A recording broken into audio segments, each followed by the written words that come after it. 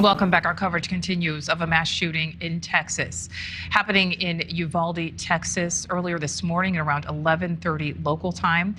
We know that a gunman entered an elementary school there, Robb Elementary. We know right now that 14 children and 1 teacher are dead. We know that there's a student and a 66-year-old woman currently in critical condition at the hospital.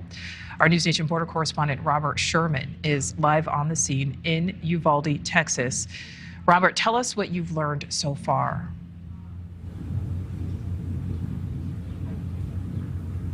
Well, I can tell you right now here, Nichole, that this is a very anxious scene as people are clamoring to learn more about what exactly happened here. This is a very residential neighborhood that we're in, and you can, again, you just continue to see neighbors who just live a couple of doors away, just waiting for more information, standing on their front yard.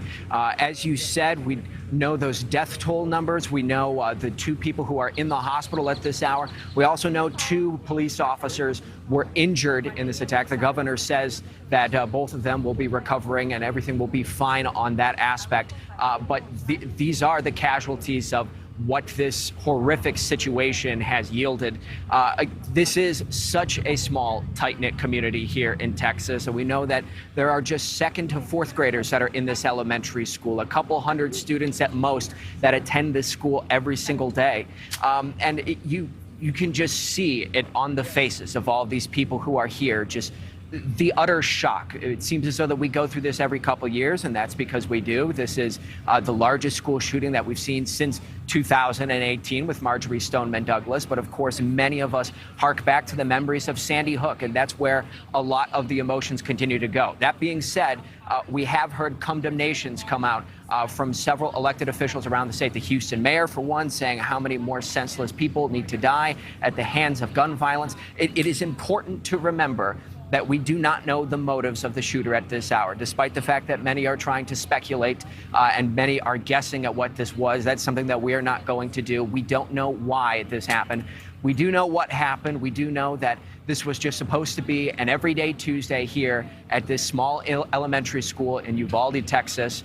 And now all of a sudden, 14 children are not coming home tonight. 1 teacher is not hugging their loved ones this evening. 2 families are holding on anxiously, praying for good news to come out of the emergency room. Nichole? Absolutely. A 10-year-old girl, 66-year-old woman, both in critical condition right now at the hospital, right? Robert, as you mentioned, we know about 600 students enrolled at Robb Elementary.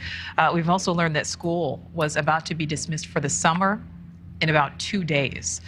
So this tragedy happening right before the summer break.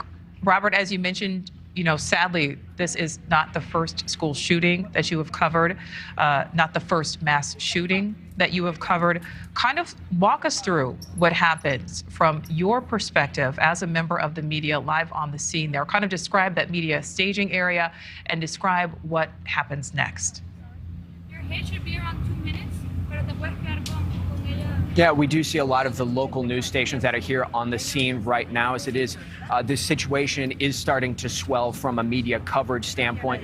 We'll tell you this, is that in our experience in the past, is that you see in these initial moments, it is the constant scramble to learn more information and to answer a lot of these questions that all of us desperately want to know. We want to know why this happened. We want to know what is going to happen going forward. We want to know if there are going to be any policy changes or if there was some specific reason behind this, that all this happened. Those are questions that we do not have answers to at this hour. But it is this mad rush in order to try and learn more. And all of this is going to become more clear over the coming hours. We are expecting to learn more information from local law enforcement, and we know that they are working to learn more as well. Governor Abbott says that he's deploying the state's full resources to this. The Texas Department of Public Safety, that's, for those of you who are not from the state of Texas, those are the Texas State Troopers.